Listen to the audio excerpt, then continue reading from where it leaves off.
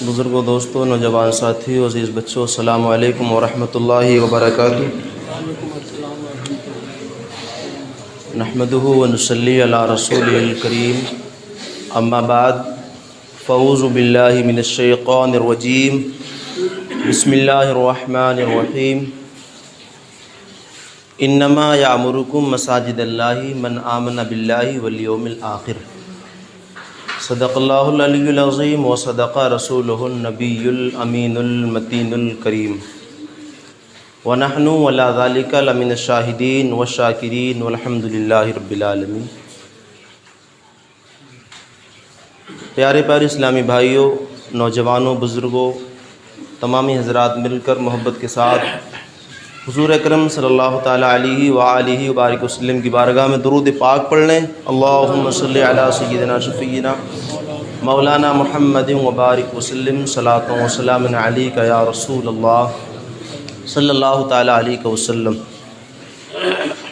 طبیعت غم سے گھبرائے تو مسجد میں چلے آنا، طبیعت غم سے گھبرائے تو مسجد میں چلے آنا، نبی کی یاد تڑپائے تو مسجد میں چلے آنا، نبی کی یاد تڑپائے تو مسجد میں چلے آنا، اور یقیناً رحمت عالم کرم فرمائیں گے ہم پر، یقیناً رحمت عالم کرم فرمائیں گے تم پر، کوئی مشکل جب آ جائے تو مسجد میں چلے آنا، کوئی مشکل جب آ جائے تو مسجد میں چلے آنا، اور خدا کے قرب کی لذت اگر محسوس کرنی ہے، خدا کے قرب کی لذت اگر محسوس کرنی ہے، اذاں کانوں میں جب آئے تو مسجد میں چلے آنا، اذاں کانوں میں جب آئے تو مسجد میں چلے آنا، اور کوئی غم ہو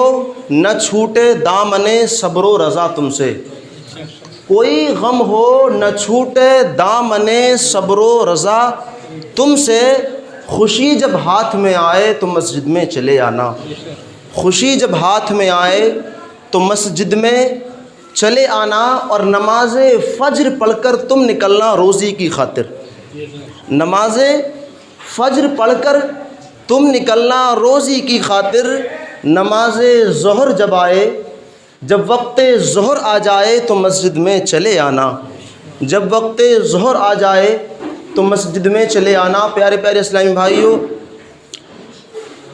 آج کا موضوع ہے کچھ مسجد کی شان کے تعلق سے، مسجد کی اہمیت کیا ہے، مسجد کی شان کیا ہے۔ تو اللہ تبارک و تعالیٰ نے قرآن پاک میں فرمایا، انما یامرکم مساجد اللہ من آمن باللہ والیوم الآخر۔ اللہ تعالیٰ فرماتا ہے کہ اللہ کے گھروں کو، یعنی مسجدوں کو، مساجد اللہ کی مسجدوں کو وہی لوگ آباد کرتے ہیں جو اللہ اور آخرت پر ایمان رکھتے ہیں، اللہ پر اور آخرت پر ایمان، اور جس کا آخرت پر ایمان نہیں، یا صرف اگر جس کا جنت پر ایمان نہیں ہے، کسی مطلب جہنم پر ایمان نہیں، جو ضروریات دین میں سے ہیں ان میں سے کسی ایک پر ایمان نہیں ہے انسان کا، تو پھر مسلمان کیا ہو؟ جو ضروریات دین میں سے ہیں۔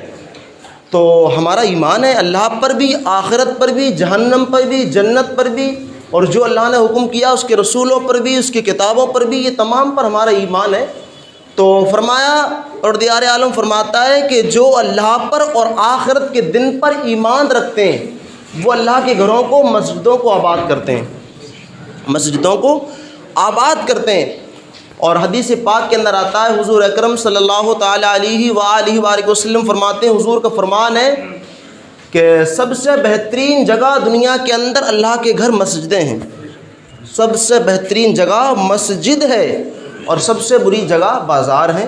جیسے کہ آپ کو شاید آپ نے حدیث سنی ہو، بازار سب سے بری جگہ ہے، لیکن بازار کو ہمارے بزرگ فرماتے ہیں اس طریقے سے استعمال کرو جس طرح کے بیت الخلاء کو استعمال کیا جاتا ہے۔ بیت الخلاء میں انسان کوئی فالتو تھوڑی بیٹھتا ہے، بازاروں میں کام ہو تو جا سکتے ہیں، کوئی پریشانی نہیں ہے، دکان ہے کسی کی جائے، روزگار ہے جو بھی کام کاج کرے جائے، لیکن فالتو گھومنے پھرنے کا اس طریقے سے اسلام میں حکم نہیں دیا گیا ہے۔ لیکن مسجد میں بتایا کہ اللہ کی تمام روئے زمین پر تمام جگہوں میں بہتر جگہ جو ہے وہ اللہ کا گھر مسجد مانی جاتی ہے، اور مسجد اتنی پاکیزہ جگہ مانی جاتی ہے حضرات محترم. بتایا جاتا ہے حدیث پاک کے اندر آتا ہے کہ گھر میں نماز پڑھنے سے یا محفل میں نماز پڑھنے سے یا کہیں اور نماز پڑھنے سے مسجد میں نماز پڑھنے کو ایسا سمجھ لیجئے 27 نہیں 25 درجے زیادہ فضیلت ہے مسجد میں نماز پڑھنا اور جگہ نماز پڑھنے سے. ایک روایت میں یہ بھی ہے اور ایک روایت میں اور بھی دیا گیا ہے. بہرحال اور بتایا جاتا ہے کہ جب بندہ مومن نماز کے ارادے سے اپنے گھر سے نماز کے لیے مسجد کی طرف چلتا ہے تو اللہ تعالیٰ اس کے ہر قدم کے بدلے اس کے درجے کو بلند کرتا ہے. ہر قدم کے بدلے اس کے درجے کو بلند کرتا ہے اور اس کی نیکیوں کو بڑھاتا ہے اور اس کے گناہ کو مٹاتا ہے. یہ حدیث پاک کے اندر آتا ہے. اللہ اکبر. مسجد میں آنے کی, مسجد میں نماز پڑھنے کی بہت بڑی فضیلت اللہ تبارک و تعالیٰ نے ہمارے لیے رکھی ہے حضور کے صدقے میں. اور پھر بتایا کہ مسجد میں آنے کے بعد انسان, پہلی بات تو یہ ہے کہ مسجد میں آنے سے پہلے اگر نماز کا بندہ انتظار کرتا ہے, جب بندہ نماز کا انتظار کرتا ہے کہ کب اذان ہو اور کب میں مسجد جاؤں, تو حدیث پاک کے مطابق گویا کہ وہ ایسے ہے جیسے کہ نماز کی حالت میں ہے. نماز کا انتظار کرنے والا, کیونکہ نماز کو جس انسان کو نماز کی لت پڑ جاتی ہے, عادت پڑ جاتی ہے, تو پھر وہ نماز چھوٹتی نہیں ہے, بلکہ پھر وہ صبح کو بار بار ٹائم دیکھتا ہے کہ یار فجر کا ٹائم ابھی ہوا نہیں ہوا, ابھی اذان ہوئی نہ ہوئی. اس کا دل بے قرار ہوتا ہے, اس کا دل بے چین ہوتا ہے. ارے دنیا بھی ایک معمولی سے اپنے جیسے انسان سے اگر محبت ہو جائے, اگر الفت ہو جائے, تو اس کی خاطر انسان, اس کی راتیں جو ہے چین سے نہیں گزرتی, بلکہ وہ دن نکلنے کا انتظار کرتا ہے کہ کب دن نکلے, کب میں اس سے ملاقات کروں. اللہ اکبر. اپنے جیسے انسان سے محبت ہو تو یہ عالم ہو جاتا ہے انسان کا. اور پھر رب کریم کی محبت, کیا محبت ہے انسان کے لیے. اللہ اکبر. جب اس رب کریم سے محبت ہوگی, پروردگار عالم سے ڈر ہوگا, تو پھر بندے کی جو عادت پڑتی ہے نماز کی, تو پھر وہ بستروں میں اس کے لیے چین نہیں پڑتا, بلکہ حضرات محترم پھر وہ جو ہے صبح کے وقت نماز کے وقت سوتا پڑا نہیں رہتا, بلکہ اس کے اوپر پھر لحاف پڑا ہوا, رضائی کمبل پڑا ہوا, بہت ہی بھاری محسوس ہوتا ہے, اور پھر اللہ کا نام لے کر اٹھتا ہے اور پھر چلنے لگتا ہے مسجد کی طرف کو. تو بتا رہا تھا کہ مسجد میں آنے سے پہلے اللہ اکبر بندے کے لیے بہت زیادہ ثواب بتایا جاتا ہے کہ نماز کا انتظار کرنے والا ایسا ہے گویا کہ وہ نماز کی حالت میں ہے. اب جب بندہ وہ نماز کے لیے آئے گا, بتایا ہر قدم پر نیکی ہے, ہر قدم پر اس کا درجہ بلند ہے, ہر قدم پر اس کے گناہ کو مٹایا جاتا ہے. اور پھر مسجد میں آنے کے بعد نماز پڑھتا ہے تو پھر اس کے اللہ اکبر اس کا درجہ کیا بلند ہوتا ہے. حضور کا فرمان حدیث پاک کے اندر آتا ہے کہ بندہ سب سے زیادہ قریب اللہ کے اس وقت ہوتا ہے جب وہ سجدے کی حالت میں ہوتا ہے. سب سے زیادہ قریب بندہ جو ہے اللہ کے قریب اس وقت ہوتا ہے جب کہ وہ سجدے کے حالت میں ہوتا ہے. اور پھر بندہ جب مسجد میں آ جاتا ہے نماز کے لیے, نماز پڑھنے کے بعد میں جب تک وہ بیٹھا رہتا ہے مصلی پر, تب تک وہ ایسا ہے گویا کہ نماز میں ہے. اور ایک حدیث میں بتایا کہ رحمت کے فرشتے اس کے لیے مغفرت کی دعائیں کرتے ہیں. جو مسجد میں جب تک بیٹھا رہتا ہے, اٹھتا نہیں ہے, ہلتا نہیں ہے, وہاں سے رحمت کے فرشتے اس کے لیے, اور جس کے لیے رحمت کے فرشتے دعا کریں, معصومین دعا کریں, تو پھر اس کے وارے ہی نہیں آ رہے ہیں, اس کی قسمت کو بھلا کون پہنچے گا پھر. اللہ اکبر. بہت ہی جو ہے اعلیٰ قسمت والے, بہت ہی خوش نصیب لوگ ہیں جو مسجدوں کو آباد کرتے ہیں, مسجدوں میں جو ہے ان کا دل لگا ہوا ہے. اور ایک حدیث میں بتایا کہ 7 لوگ ایسے ہیں میدان محشر میں کوئی سایہ نہیں ہوگا چھپانے کے لیے سر وہاں پر, تو اللہ تعالیٰ ان لوگوں کو سایہ عطا فرمائے گا. کن کو؟ وہ 7 بتاؤں گا انشاءاللہ, کبھی موقع آئے گا, لیکن اس میں سے ایک بتا رہا ہوں موقع کو اور جو ہے موضوع کو دیکھتے ہوئے. وہ انسان ہے جس کو اللہ تعالیٰ سایہ عطا کرے گا جس کا دل مسجد میں زیادہ لگتا ہو, جس کا دل مسجد سے لگا ہوا ہو, اس کا من ہر وقت مسجد میں لگتا ہو, تسبیح پڑھ رہا ہے, کبھی اللہ اللہ کر رہا, کبھی درود, کبھی سلام, کبھی نماز, کبھی نفل, کبھی کچھ. جس کا دل مسجد میں زیادہ لگے گا اس کو اللہ تعالیٰ میدان محشر میں کوئی سایہ نہیں ہوگا, وہاں سایہ عطا فرمائے گا. اللہ اکبر. اگر سارے لوگ دھوپ میں, گرمی میں جو ہے کھڑے ہوں کہیں میدان میں, اور وہاں پر ہمیں سر چھپانے کے لیے کہیں ایک درخت مل جائے, پسینے میں سرابور ہوں, اور اگر درخت مل جائے چھائیں کے لیے, کہیں بیٹھنے کے لیے سکونی کی جگہ مل جائے, کتنا خوش ہوتے ہیں ہم یہ تو ایک دنیا کی حقیقت ہے. میدان محشر جہاں سورج سوا نیزے پر ہوگا وہاں اگر سائے رحمت مل جائے خدا کا تو بولو کتنی بڑی خوش نصیبی کی بات ہے. تو جن کے دل مسجدوں سے لگے ہوتے ہیں اللہ تبارک و تعالیٰ میدان محشر میں کوئی سایہ نہیں ہوگا تو ان کے لیے سایہ عطا فرمائے گا. حضرات محترم، حضرت صاحب بن یزید رضی اللہ تعالیٰ عنہما فرماتے ہیں کہ ایک دن میں مسجد میں سو رہا تھا، مسجد میں لیٹا ہوا تھا، تو حضرت عمر رضی اللہ تعالیٰ عنہ نے میرے کنکری ماری. یہ بتانا بات بھی بہت ضروری ہے کیونکہ مسجدیں جو ہے وہ عبادت گاہ ہے. مسجد جو ہے وہ عبادت گاہ ہے. مسجد جو ہے وہ اپنی قسمتوں کو، اپنی جو ہے آخرت کو بنانے کے لیے ہے، آخرت کی تیاری کرنے کے لیے اللہ کے گھر ہیں. یہ نہیں ہے کہ گناہ کمانے کے لیے. بتایا جاتا ہے کہ جو بندہ مسجد میں آتا ہے اور باتیں کرتا ہے تو اللہ تبارک و تعالیٰ کو اس کی کوئی ضرورت نہیں ہے، اس کی کوئی ضرورت نہیں، وہ جہاں چاہے وہ جائے.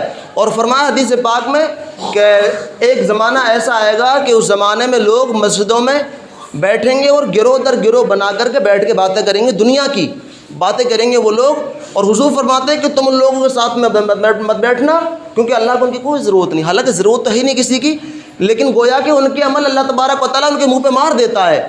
اور پھر اتنا جو ہے جب تک وہ باتیں کرتا رہتا ہے اس پر لعنت برستی رہتی ہے، گناہ اس کو ملتا رہتا ہے. اللہ اکبر.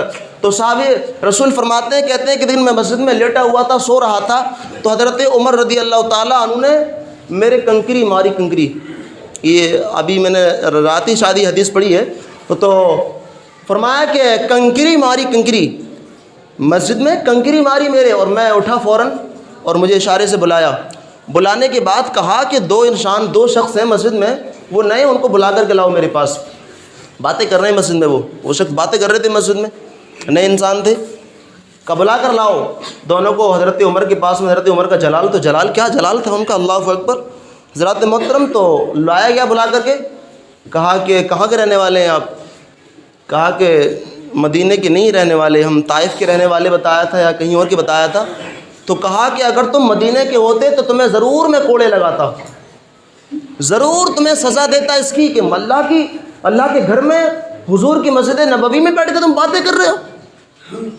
یہ مسجد گاہ باتیں کرنے کی جگہ نہیں ہے دنیاوی.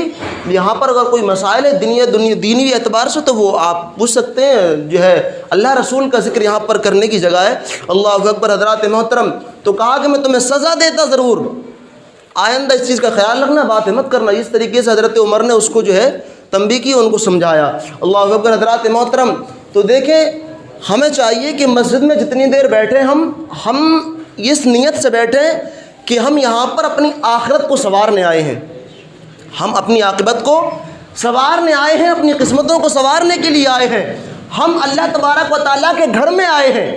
اگر تھانے دار بلائیں کہ آج میٹنگ ہے فلاں تمام لوگوں کو اور وہاں پر حاضر ہونا ہے، تو یہاں پر لوگ باتیں کرتے ہیں کہ اس کی بات سنتے ہیں، خاموشی سے بیٹھے رہے. کسی کی ہمت نہیں ہوتی بولنے کی جب تک کہ بولنے کی اجازت نہیں دی جائے. وہاں پر کیوں؟ فلاں صاحب کی میٹنگ ہے، وہاں پر جانا ہے ہمیں، اور وہاں پر خاموش رہنا، کسی کو بات نہیں کرنی ہے. تو اس طریقے سے ہم دنیاوی عام لوگوں کی محفلوں کا اتنا ادب و احترام کرتے ہیں، اللہ کے گھر کا میرے بھائیوں نوجوانوں کوئی احترام نہیں. سوچو جہاں پر جو ہے بیٹھ کر کے قسمتیں سنورتی ہوں اور اللہ تبارک و تعالیٰ کا گھر مقدس گھر ہو، وہاں پر بات کرنا کیا زیبا دیتا ہے ہمارے لیے. اللہ اکبر. اور حضور فرماتے ہیں، حضور کی حدیث ہے، حضور نے فرمایا کہ اپنی مسجدوں کو پاگلوں سے اور بچوں سے، ناسمجھ بچے جو ہوتے ہیں جس سے گندگی کا گمان ہو یا شور شرابے کا گمان ہو، ان سے اپنی مسجدوں کو بچاؤ، مسجدوں کو لوگوں سے بچاؤ، اور ایسی چیز سے بچاؤ جو کہ لوگوں کے لیے اذیت کی چیز ہو، لوگوں کو اذیت دیتی ہو. مطلب اذیت یعنی پریشانی دیتی ہو، کسی کی نماز میں خلل پڑتا ہو یا کوئی اور وجہ ہو. بتایا جاتا ہے کہ انسان اگر مسجد سے کوئی ایسی چیز نکال دے، باہر کر دے، حدیث پاک میں یہ ایسی چیز مسجد سے باہر کر دے جس سے کہ لوگوں کو پریشانی ہوتی ہے، اذیت ہوتی ہے، تو اللہ تعالیٰ اس کو بھی جنت میں محل عطا فرمائے گا. اذیت کی چیز، تکلیف کی چیز، گویا کہ چاہے وہ ایک تھوڑا سا کوڑا کیوں نہ ہو، تھوڑا سا کوڑا کیوں نہ ہو، کچڑا کیوں نہ ہو، یا تنکا ہی کیوں نہ ہو، اس کو ہمیں چاہیے مسجد سے دور کریں. نہیں ہے گندگی ہو رہی ہے اور آگے کہیں بھائی یہ گندگی کیوں ہو رہی ہے، بھائی گندگی کیوں ہو رہی ہے، بھائی کیوں ہو رہی ہے، مسجد تو سب کی ہے یار، اللہ کا گھر ہے یہ، اس میں تو کوئی بھی نہ اس میں کوئی غریب چلتا ہے نہ کوئی امیر چلتا ہے، جو چاہے وہ صفائی کر سکتا ہے۔ مجھے بڑا خوشی ہوتی ہے کوئی جو ہے، میں نے پہلے ہی بتایا تھا کہ جب کوئی اللہ کے گھر کو صفائی کرتا ہے اور جھاڑو وغیرہ لاتا ہے، بڑا اچھا محسوس ہوتا ہے، خوشی ہوتی ہے، اور بڑے قسمت والوں کا کام ہے اللہ کے گھر میں صفائی کرنا، بڑی قسمت والوں کا کام ہے۔ اللہ اکبر، بڑے بڑے نیتاؤں کی محفلوں میں لوگ صفائیوں کا بڑا خیال رکھتے ہیں، لیکن ذرا اللہ کے گھر کے بھی صفائی کا ہمیں خیال رکھنا چاہیے۔ اس میں کوئی وہ نہیں ہے امیر ممیرا، ایک ہی صف میں ہو گئے محمود و ایاز، ایک ہی صف میں کھڑے ہو گئے محمود و ایاز، نہ کوئی بندہ رہا نہ کوئی بندہ نواز۔ سب یہاں پر جو ہے غریب ہو امیر ہو، اگر غریب اگلی صف میں آ جائے تو کوئی پریشانی نہیں ہے، اور اگر امیر پیچھے بیٹھ جائے بعد میں تب بھی کوئی پریشانی نہیں ہے۔ غریب مسجد کی صفائی کر دے تب بھی ثواب ملے گا، اللہ دے گا اس کے لیے، اور امیر کر دے تب بھی اللہ اس کو ثواب دے گا۔ یہاں پر کوئی چھوٹا بڑا نہیں ہے اللہ کے گھر میں، باہر جو ہوگا، لیکن اللہ کے گھر میں سب اللہ کی نہیں، سب برابر ہیں۔ کیا پتہ اللہ کی نظر میں کون بہتر ہے؟ تو اللہ تبارک و تعالیٰ فرماتا ہے انما یعمرکم مساجد اللہ من آمن باللہ والیوم الآخر، اللہ کی مسجدوں کو صرف وہی لوگ آباد کرتے ہیں جو اللہ پر اور آخرت کے دن پر ایمان رکھتے ہیں۔ اللہ اکبر، کیا ہمارا آخرت کے دن پر ایمان نہیں ہے؟ کیا ہمارا اللہ پر ایمان نہیں ہے کہ مسجدوں کو آباد نہ کرتے؟ دیکھو مسجدیں پکار کر کہہ رہی ہیں، لوگ کہتے ہیں کہ فلاں جگہ مسجد شہید ہو گئی، فلاں جگہ یہ ہو گیا، ہمیں بہت تکلیف ہے اس چیز کی، ہر مسلمان کو تکلیف ہے اس کی۔ کون سا مسلمان ہے ایسا کہ مسجد کو ذرا نقصان پہنچے کسی کو تکلیف نہ ہو؟ کتنا بھی کمزور ایمان والا ہو، کتنا بھی بے نمازی ہو، ہر کسی کو تکلیف ہے۔ لیکن میرے بھائیوں، کڑوی ہو بات کیسی بھی ہو، لیکن حقیقت یہ بھی ہے تھوڑی بہت، یہ بات بالکل سچ ہے کہ اس میں کہیں نہ کہیں تھوڑی بہت کمی ہماری بھی ہے۔ یاد رکھنا، جو جگہیں آباد نہیں رہتی ہیں پھر وہ اس کو ویران کر دیا جاتا ہے۔ جو جگہیں آباد نہیں رہتی ہیں، آباد اس کو ہم نہیں کرتے، وہ جگہ ویران کر دی جاتی ہے، یاد رکھنا۔ تو ہمیں چاہیے کہ ہم اللہ کے گھروں کو آباد کریں، اور وہی لوگ آباد کرتے ہیں، پھر سن لو دوبارہ جملہ، وہی لوگ آباد کرتے ہیں جو آخرت پر ایمان رکھتے ہیں۔ آخرت پر، اللہ پر ایمان ہے ہمارا، تبھی تو نماز ادا کرتے ہیں، تبھی تو اپنے آپ کو مسلمان کہتے ہیں ہم۔ لیکن یہ بھی تو ہے کہ مسجدوں کو کتنے لوگ آباد کرتے ہیں۔ مسجدوں کو آباد کرنا صفائی کرنا بھی ہے، مسجدوں کو آباد کرنا نماز کے لیے حاضر ہونا بھی ہے، مسجدوں کو آباد کرنا چھوٹے بڑے تمام کام ہوتے ہیں ان کا خیال کرنا بھی ہے۔ تو اللہ تبارک و تعالیٰ کی بارگاہ میں اور حضور کے جو ہے بارگاہ میں بہت بڑی شان والا شخص ہے وہ انسان، وہ مومن بندہ جو مسجدوں کا خیال رکھتا ہے اور مسجدوں میں ٹائم ٹیبل سے حاضری دیا کرتا ہے۔ اللہ تعالیٰ ہم تمامی کو صحیح وقت پر مسجدوں میں حاضر ہونے کی توفیق عطا فرمائے، اور مسجدوں کی صفائی کا اور تمام چیزوں کا مل جل کر کے خیال رکھنے کی توفیق عطا فرمائے۔ مولا میرے بولنے میں آپ کے سننے میں جو خامی و فضل کرم سے معاف فرمائے، ہم تمامی کو سب سے پہلے مجھے عمل کی توفیق عطا فرمائے۔ وما علینا الا البلاغ۔ السلام علیکم ورحمۃ اللہ وبرکاتہ۔